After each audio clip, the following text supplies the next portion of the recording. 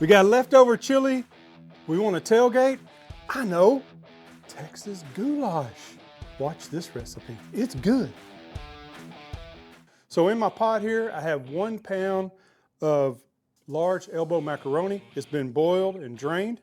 To that, I'm gonna add about 1 pound of Texas chili.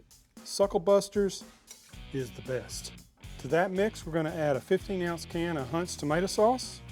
You know it's hatch chili season, and this is a great way to incorporate those hatch chili flavors into a dish. 1 can of diced hatch green chilies. I like mild to medium.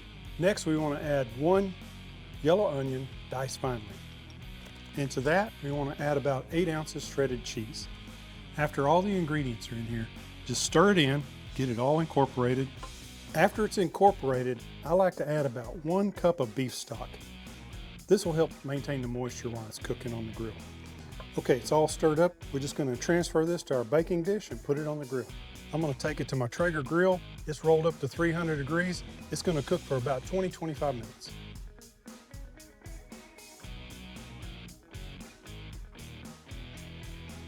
Okay, so we all wrapped up here with our Texas Goulash. We ran it on the Traeger for about 35-40 minutes at 300 degrees. We're just going to serve it up here. I like to put it in a bowl.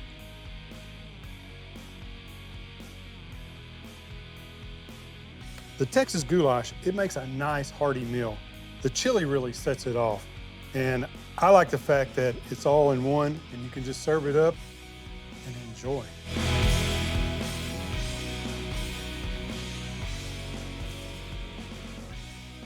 Oh yeah, I taste the saltiness of the noodles. I got a little bit of the green chili flavor. That SuckleBusters chili beefy flavor really sets it off. This is a winner at your next tailgate. Hey, the next time you cook a big batch of chili and you're like, what do I do with the leftovers? Texas Goulash. It's awesome, super simple, very tasty, hearty. It's like a meal in a bowl. It's perfect for a tailgate.